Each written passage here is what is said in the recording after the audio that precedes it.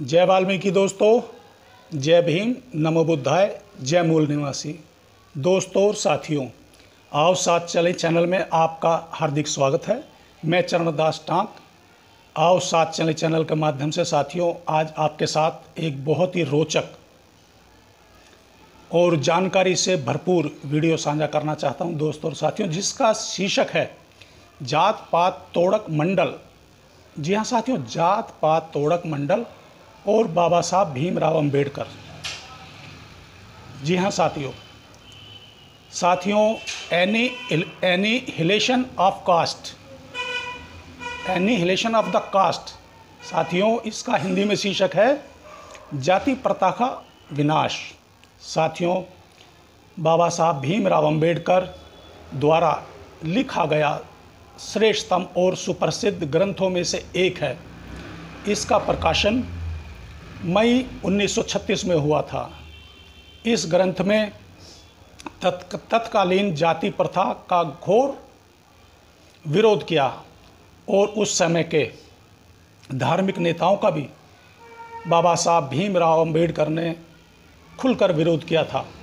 बाबा साहब ने ये एक ऐसा भाषण है जिसको सार्वजनिक रूप से पढ़ने का मौका बाबा साहब को नहीं मिल सका, या यूँ भी कह सकते हैं साथियों कि नहीं दिया गया।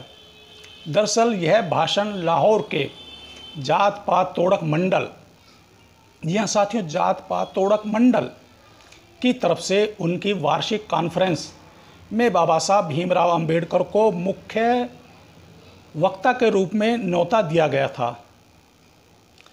मगर साथियों, जब बाबा साहब ने अपने प्रस्तावित भाषण को लिखकर भेजा तो ब्राह्मणों के प्रभुत्व वाले जात पात तोड़क मंडल के सदस्य काफ़ी बहस के बाद भी इस भाषण को सुनने के लिए तैयार नहीं हुए और जात पात तोड़क मंडल ने शर्त लगा दी। जी हाँ साथियों, शर्त लगा दी कि भाषण में आयोजकों की मर्जी से बदलाव किया जाए। मगर साथियों, बाबा साहब भीमराव अंबेडकर ने भाषण में बदलाव करने से इनकार कर दिया और उस सामग्री को एक पुस्तक के रूप में मई 1936 में खुद अंग्रेजी भाषा में छपवा दिया। बाबा साहब अंबेडकर ने साफ कहा था कि जब तक जाति प्रथा का विनाश नहीं होता तो समता, समानता, न्याय और भाईचारे की शासन व्यवस्था नहीं कायम की जा सकती। साथियों, बाबा साहब भीमराव अंबेडकर के आदर्श समाज में सबसे महत्वपूर्ण मुद्दा हैं बराबरी का। मगर ब्राह्मणों के अधिपत्य वाले समाज ने उसके इस विचार और व्यवस्था बनाने के कारण उन्हें बार बार अपमानित किया। मगर सच्चाई तो यह है कि सामाजिक बराबरी के इस मसीहा को जात पात तोड़क मंडल ने भाषण नहीं देने दिया। जी हाँ साथियों, इस जात पात तोड़क मंडल ने भाषण देने ही नहीं दिया। लेकिन बाबा साहब ने अपने इन विचारों में कतई कोताही नहीं बरती और तकलीफ़ तब होती है साथियों। जी हाँ साथियों, तकलीफ़ जब होती है जब उनके अनुयायी और उनके दर्शन पर आधारित राजनीति में सत्ता पाने वाले लोग भी इनको नज़रअंदाज कर देते हैं।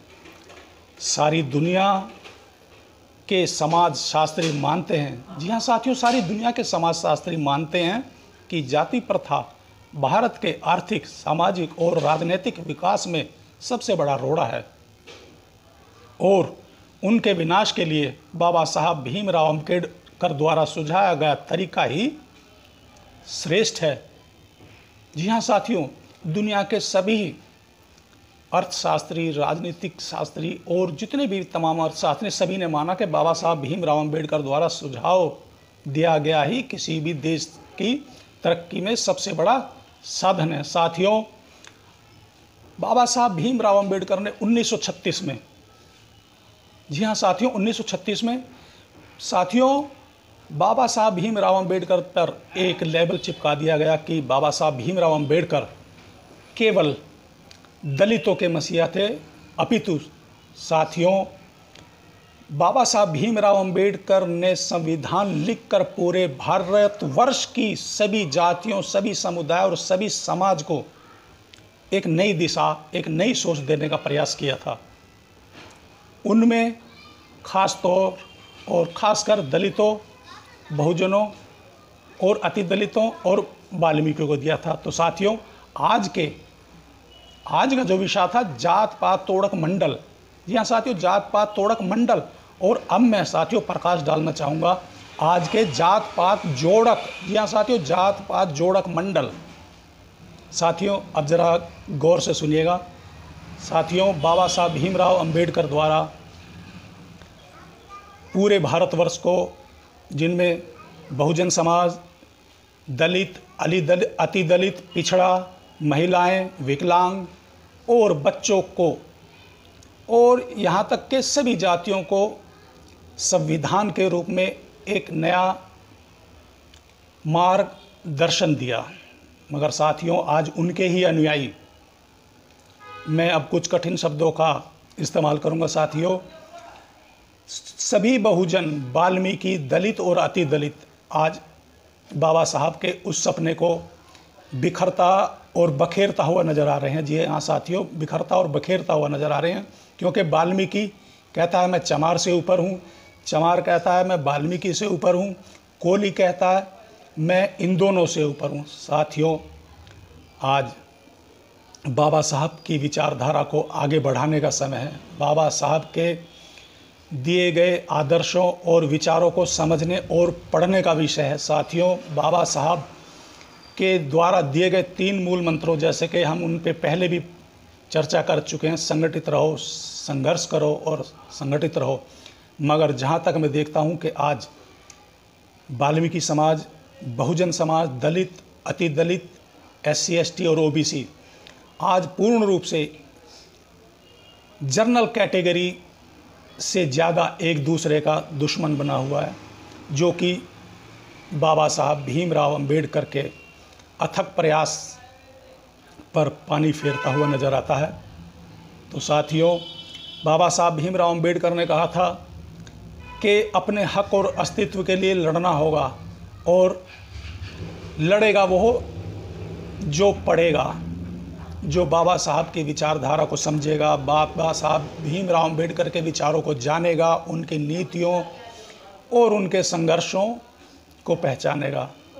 तो साथियों, मैं आओ साथ चलें चैनल के माध्यम से इस आज के जात पात जोड़क मंडल से खास तौर पर अपील करना चाहता हूं कि बाबा साहब भीमराव अंबेडकर के उस सपने को समानता, एकता, भाईचारा, संघर्ष, संगठित और शिक्षित के नारे को व्यर्थ न जाने दें, और बाबा साहब भीमराव अंबेडकर की नीतियों को आगे बढ़ाएं, उनकी विचारधारा को आगे बढ़ाएं।